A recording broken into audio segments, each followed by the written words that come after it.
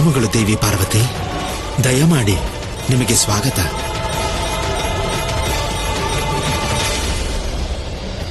ನೀವು ತುಂಬಾ ಕೋಪದಲ್ಲಿರೋ ಹಾಗಿದೆ. ಇವತ್ತಿಲ್ಲಿ ಮಹಾದೇವನ ಪಾರ್ವತಿಯಾಗಿ ಅಲ್ಲ, ಆದಿಶಕ್ತಿಯಾಗಿ, ಇಡೀ ಜಗತ್ತಿನ ಮಾತೆಯಾಗಿ ಬಂದಿದ್ದೀನಿ.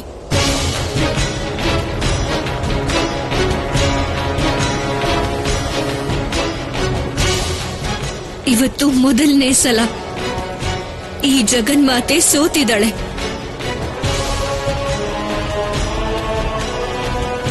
ನಾನಿಲ್ಲಿ ಇವತ್ತು ಬಂದ ಕಾರಣ ಏನು ಅಂದ್ರೆ, ಈ ಜಗತ್ತು ಯಾರನ್ನ ಮಹಾಸತಿ ಮಹಾದೇವಿ ರೂಪದಲ್ಲಿ ನೋಡಿದ್ಯೋ ಅವಳಿಗೆ ಈ ಸಮಾಜದ ಮೇಲೆ, ಅವಳ ಮಹಾದೇವನ ಮೇಲೆ ಯಾವ ಅಧಿಕಾರನೂ ಇಲ್ವಾ? ನೀವ್ ಹೇಳ್ತಿರೋ ಈ ಮಾತಿನ ಅರ್ಥ ಏನು? ಇವತ್ತು ಇಡೀ ಬ್ರಹ್ಮಾಂಡಕ್ಕೆ ಭಯಾನಕ ಸಂಕಷ್ಟ ಬಂದಿದೆ. ನೀವೇನ್ ಹೇಳ್ತಾ ಇದ್ದೀರಾ ದೇವಿ ಪಾರ್ವತಿ? ಸತ್ಯ ಹೇಳ್ತಿದ್ದೀನಿ ಋಷಿವರ್ಯ. ತ್ರಿಮೂರ್ತಿಗಳ ಅನುಪಸ್ಥಿತಿಯಲ್ಲಿ ಸ್ವತಂತ್ರವಾಗಿ ಅಸುರರು ತೊಂದರೆ ಕೊಡೋದಕ್ಕೆ ಮುಂದಾಗಿದ್ದಾರೆ. ಮತ್ತೆ ಇವತ್ತು ಅವರು ಸ್ವರ್ಗದಲ್ಲಿ ಗುಪ್ತವಾಗಿಟ್ಟಂತ ಅಮೃತ ಕಳಶನ ಪಡ್ಕೊಳ್ಳೋ ಪ್ರಯತ್ನ ಮಾಡಿದ್ದಾರೆ. ಅಮೃತ ಕಳಶಾನ? ಹೌದು ಋಷಿವರ್ಯ, ನಿಮಗೂ ಗೊತ್ತೇ ಇದೆ. ಅವರೊಂದ್ ವೇಳೆ ಅಮೃತ ಕಳಶನ ಪಡ್ಕೊಂಡ್ರೆ ಅದರ ಪರಿಣಾಮ ಏನಾಗುತ್ತೆ ಅಂತ. ಒಂದ್ ವೇಳೆ ಅವರದನ್ನ ಪಡ್ಕೊಳ್ದೇ ಇದ್ರೆ ಅವರು ಅದನ್ನ ನಾಶ ಮಾಡ್ತಾರೆ. ಸದಾ ಕಾಲಕ್ಕೂ ಅಂಧಕಾರ ಮತ್ತೆ ವಿನಾಶದ ಸ್ಥಿತಿ ಬರೋ ಹಾಗೆ ಮಾಡ್ತಾರೆ.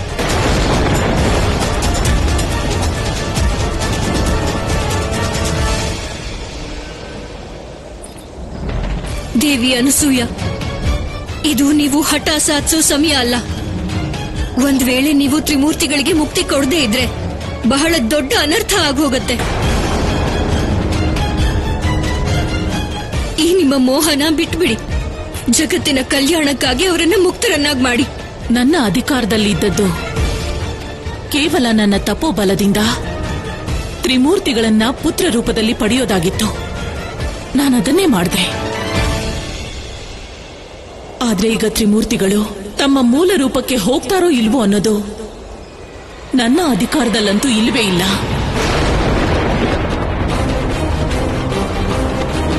ಆದ್ರೆ ನಾನ್ ನಿಮ್ಗೆ ಖಂಡಿತ ಒಂದು ಆಶ್ವಾಸನೆ ಕೊಡಬಲ್ಲೆ ದೇವಿ ಪಾರ್ವತಿ.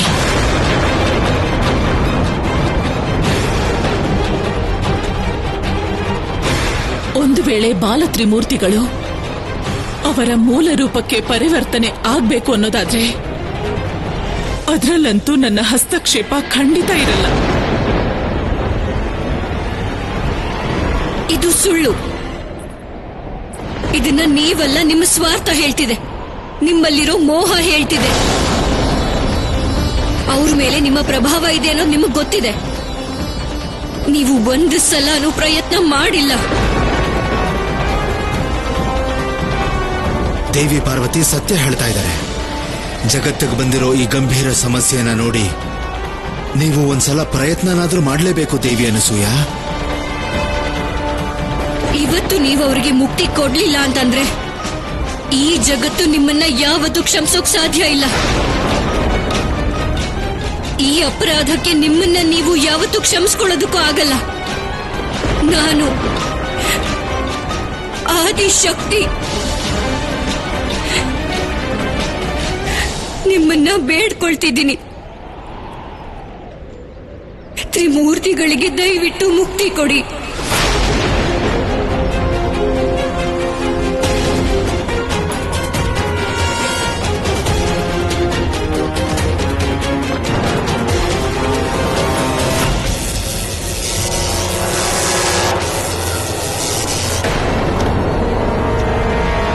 ಅಮೃತ ಕಲಶದ 4 ಕಡೆ ಸುರಕ್ಷಾ ಕವಚ.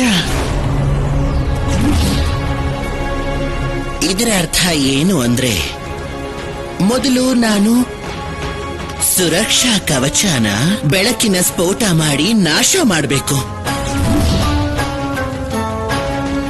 ಆಗ್ಲೇ ತಾನೇ ಪ್ರವೇಶ ದ್ವಾರ ತೆಗೆಯೋದು. ಅದಾದ ಮೇಲೆ ಅಮೃತದ ಮೇಲೆ ನಮ್ಮ ಅಸುರರಿಗೆ ಮಾತ್ರ ಅಧಿಕಾರ ಇರುತ್ತೆ. ಈ ಕವಚನ ಭೇದಿಸೋದಕ್ಕೆ ಅಂತಾನೆ ನಮ್ಮ ಅಸುರ ರಾಜ ಅಂಧಕ ನನಗೆ ವಿಶೇಷವಾದ ಶಕ್ತಿ ಕೊಟ್ಟಿದ್ದಾರೆ.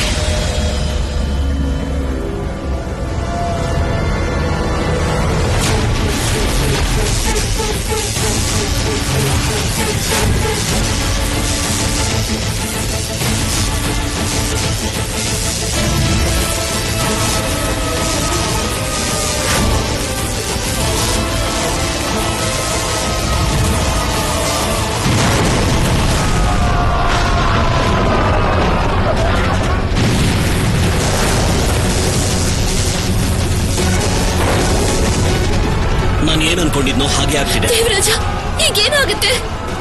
ಈಗ ಇನ್ನೇನು ಆಗಲ್ಲ. ಸುರಕ್ಷಾ ಕವಚದ ಮೇಲಾಗೋ ಆಕ್ರಮಣ ಎಷ್ಟು ಶಕ್ತಿ ವಿಸರ್ಜನೆ ಮಾಡುತ್ತೆ ಅಂದ್ರೆ ಇನ್ನು ಪ್ರಳಯನ ತಡೆಯೋದಿಕ್ಕಾಗಲ್ಲ. ಈಗ ಯೋಚನೆ ಮಾಡೋಂಥ ಸಮಯ ಅಲ್ಲ ದೇವಿ, ನಿರ್ಧಾರ ಮಾಡೋ ಸಮಯ. ಬೇಗ ನಿರ್ಧಾರ ಮಾಡಿ. ಅಷ್ಟಲ್ಲಾಗಬಾರ್ದೇನಾದ್ರೂ ಆದ್ರೆ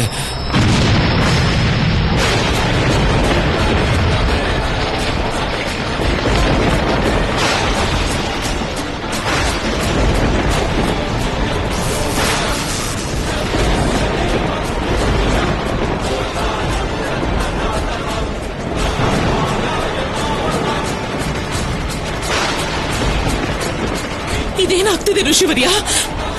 ಏನಾಗ್ತಿದೆ ಇಲ್ಲಿ? ಯಾವ ಅನರ್ಥ ಆಗೋ ಭಯ ಇತ್ತು, ಕೊನೆಗೂ ಅದೇ ಆಗೋಯ್ತು.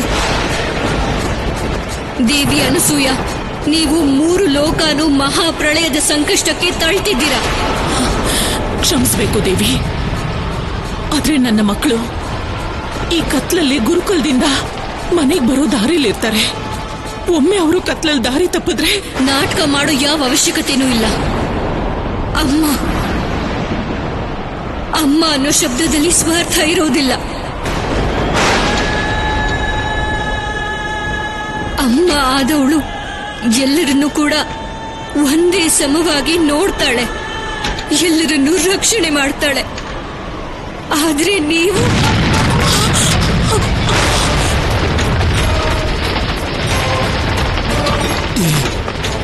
ಈ ಸ್ಫೋಟದ ಧ್ವನಿ ಎಲ್ಲಿಂದ? ಇದು ದೇವಲೋಕದಲ್ಲಿ ಅಮೃತ ಕಳಶದ ಸುರಕ್ಷಾ ಕವಚ ನಾಶ ಆಗ್ತಿರುವಂತ ಧ್ವನಿ. ಮತ್ತೆ ಈ ಅಂಧಕಾರ ಆ ವಿಸ್ಫೋಟದಿಂದ ಸಿಡಿತಾ ಇರೋ ಶಕ್ತಿಯ ದುಷ್ಪರಿಣಾಮ.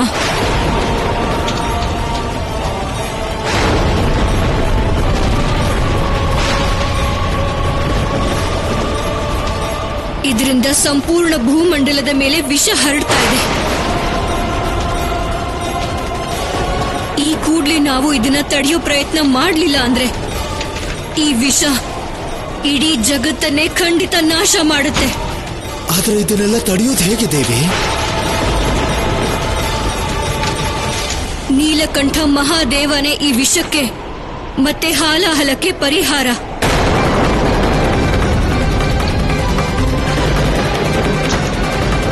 ಖಂಡಿತ ಇದು ಸಾಧ್ಯ ಇಲ್ಲ ದೇವಿ. ನಮ್ಮ ಶಿವ ಇನ್ನೂ ಬಾಲಕ. ಅವನ ಶಕ್ತಿ ಬಗ್ಗೆ ಅವನಿಗಿನ್ನೂ ಸರಿಯಾಗಿ ಗೊತ್ತಿಲ್ಲ. ಈಗ ಈ ಪ್ರಳಯನ ತಡೆಯೋದಾದ್ರೂ ಹೇಗೆ ದೇವಿ? ದೇವಿ ಅನಸೂಯ ನಿರ್ಧಾರ ಮಾಡಲೇಬೇಕು.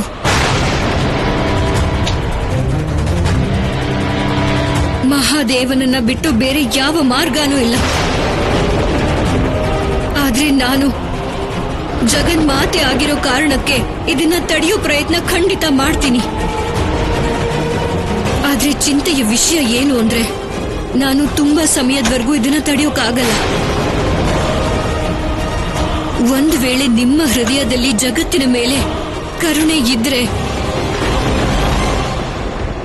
ಮಹಾದೇವನಿಗೆ ಮುಕ್ತಿ ಕೊಟ್ಟು ಅವರನ್ನ ಕಳಿಸ್ಕೊಡಿ. ಇಲ್ಲ ಅಂದ್ರೆ ಪ್ರಳಯದ ಪರಿಣಾಮಕ್ಕೆ ಸಿದ್ಧರಾಗಿರಿ.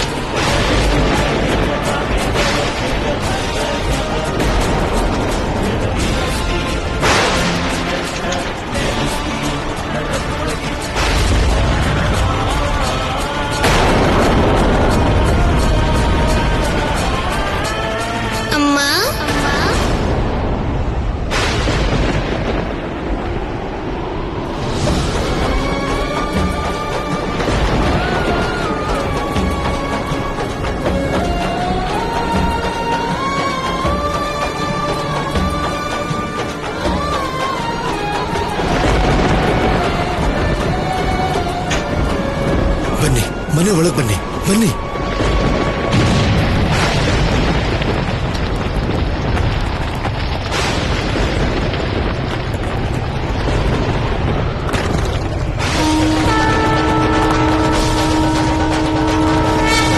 ಪ್ರಳಯ, ಮಹಾಪ್ರಳಯ ಆರಂಭ ಆಗಿದೆ ದೇವಿ.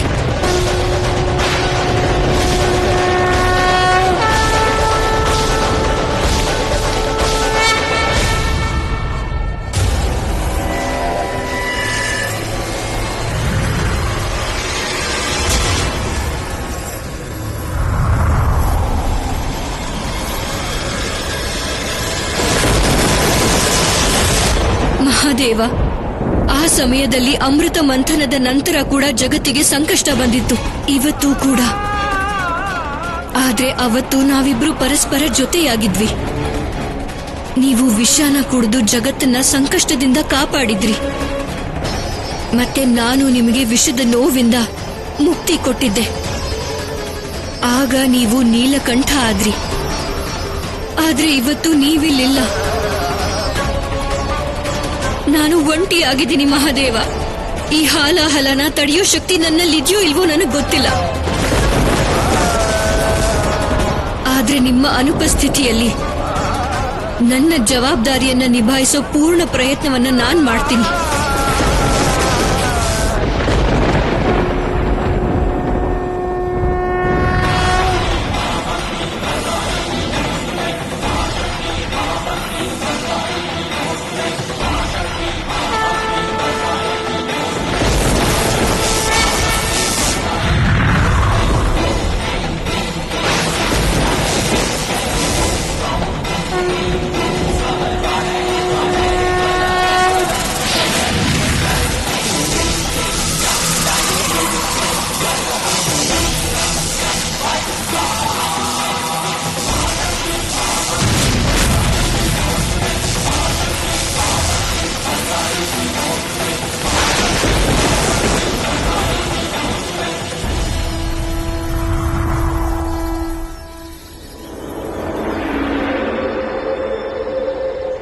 ಸಂಕಷ್ಟ ದೂರ ಆಗಿರ್ಬೇಕು ಅನ್ಸುತ್ತೆ.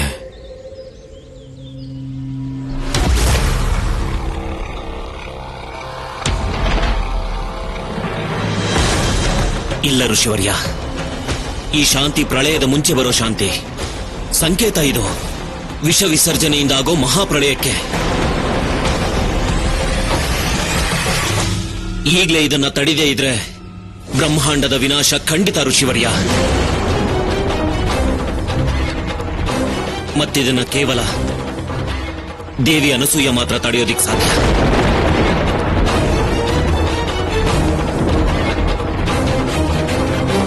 ಹೌದು ದೇವಿ, ಇದು ಸತ್ಯ.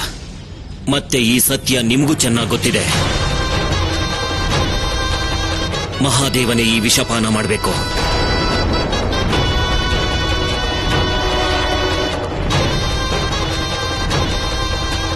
ದೇವಿ, ಮಹಾದೇವನನ್ನ ಬಿಟ್ಟು ಬೇರೆ ಯಾರಿಗೂ ಈ ಸಾಮರ್ಥ್ಯ ಇಲ್ಲ. ಮಾತೆ ಪಾರ್ವತಿಗೂ ಇಲ್ಲ. ದೇವಿ, ನಿರ್ಧಾರ ನಿಮಗ್ ಬಿಟ್ಟಿದ್ದು.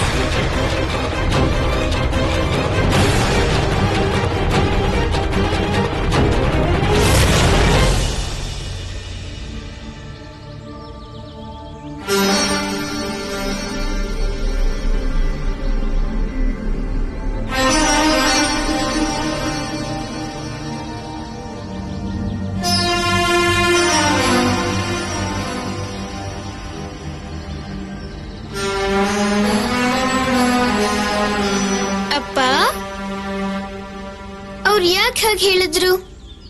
ಅಮ್ಮಂಗೆ ಪ್ರಳಯ ತಡೆಯೋದ್ ಸಾಧ್ಯ ಅಂತ?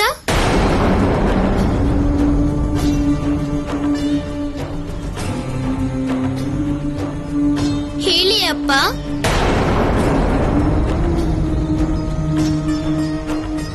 ಅದ್ಯಾಕೆಂದ್ರೆ ಶಿವ, ನಿಜವಾಗ್ಲೂ ನಿಮ್ಮ ತಾಯಿನೇ ಈ ಪ್ರಳಯನ ತಡೆಯೋದಕ್ಕೆ ಸಾಧ್ಯ.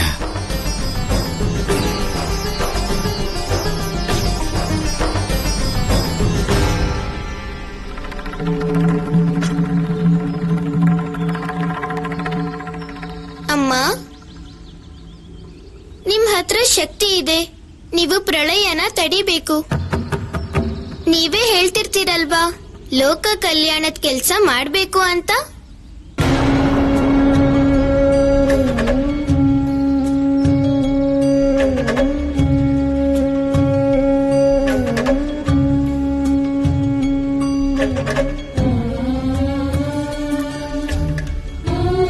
ಇಲ್ಲ ಶಿವ, ನನ್ನಲ್ಲಿ ಯಾವ ಶಕ್ತಿನೂ ಇಲ್ಲ.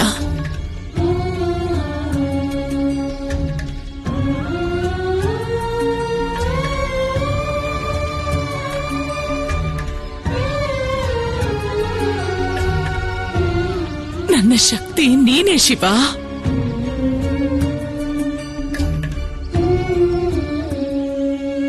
ನಾನೇ ನಿಮ್ ಶಕ್ತಿ ಅಂತಾದ್ರೆ ನನ್ಗೆ ಅಪ್ಪಣೆ ಕೊಡಿ ಅಮ್ಮ, ನಾನ್ ತಡಿತೀನಿ ಈ ಪ್ರಳಯನ.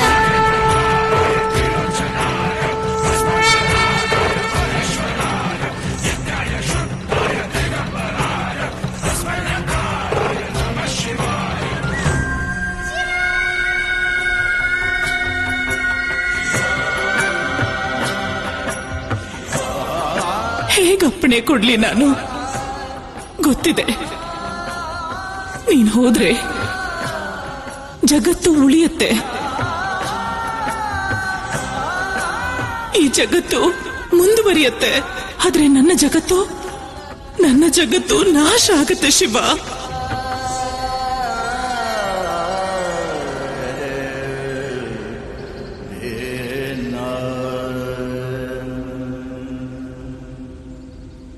ನನಗೆ ನಿಮ್ಮ ಕಷ್ಟ ಅರ್ಥ ಆಗುತ್ತೆ ದೇವಿ. ಆದ್ರೆ ಒಂದು ವಿಷಯನ ನೆನಪಲ್ಲಿಟ್ಕೊಳ್ಳಿ, ಒಬ್ಬ ತಾಯಿ ಕೇವಲ ಮಮತೆಗಷ್ಟೇ ಅಲ್ಲ, ತ್ಯಾಗ ಮಾಡೋದಕ್ಕೂ ಸಿದ್ಧ ಆಗಿರ್ತಾಳೆ.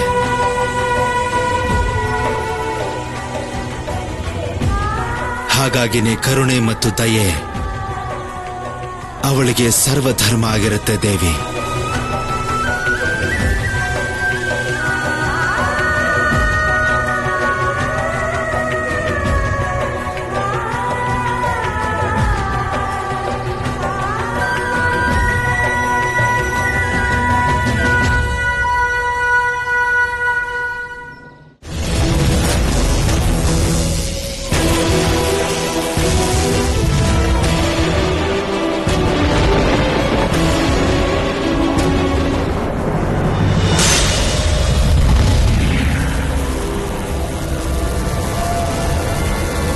ನಿಲ್ಲು ದೇವಿ ಪಾರ್ವತಿ, ನಿಲ್ಲು. ಅಮೃತದ ಈ ಸುರಕ್ಷಾ ಚಕ್ರದ ವಿಷಾನ ಇನ್ನು ತಡೆಯೋಕೆ ಸಾಧ್ಯ ಇಲ್ಲ. ಇದನ್ನ ತ್ರಿಮೂರ್ತಿಗಳು ಮಾಡಿದ್ದಾರೆ, ಅವರೇ ಇದನ್ನ ತಡೆಯೋದಕ್ಕೆ ಸಾಧ್ಯ. ಅವರನ್ನ ಬಿಟ್ಟು ಬೇರೆ ಯಾರಾದ್ರೂ ಪ್ರಯತ್ನ ಮಾಡಿದ್ರೆ ಈ ಕ್ರಿಯೆಯಿಂದಾಗಿ ವ್ಯತಿರಿಕ್ತವಾದ ಪ್ರತಿಕ್ರಿಯೆ ಉಂಟಾಗುತ್ತೆ. ಈ ಬ್ರಹ್ಮಾಂಡ ಎಲ್ಲ ನಾಶ ಆಗುತ್ತೆ. ನಾನು, ನೀನು, ಸಂಪೂರ್ಣ ಬ್ರಹ್ಮಾಂಡ ಎಲ್ಲವೂ. ನಾವು ಈಗ ನಾಶ ಆಗೋ ಭಯದಿಂದಾಗಿ ಇದನ್ನ ತಡೆಯೋ ಪ್ರಯತ್ನ ಮಾಡದೇ ಇದ್ರೆ ದೇವಿ ಸರಸ್ವತಿ, ನನ್ನ ಶಿವನ ಪ್ರೀತಿಯ ಜಗತ್ತನ್ನ ಈ ಮಹಾವಿಷದಿಂದ ಹೇಗೆ ಕಾಪಾಡೋದಕ್ಕೆ ಸಾಧ್ಯ? ಸತಿ ಅನುಸೂಯ ನಿರ್ಧಾರ ಮಾಡಬೇಕು. ನಮ್ಮ ತಪ್ಪುಗಳನ್ನ ಕ್ಷಮಿಸಿ ತ್ರಿಮೂರ್ತಿಗಳನ್ನ ಮುಕ್ತರನ್ನಾಗಿ ಮಾಡಬೇಕು. ಈ ಬ್ರಹ್ಮಾಂಡವನ್ನ ವಿನಾಶದಿಂದ ಕಾಪಾಡೋದಕ್ಕೆ ಮುಂದಾಳತ್ವ ವಹಿಸಲೇಬೇಕು.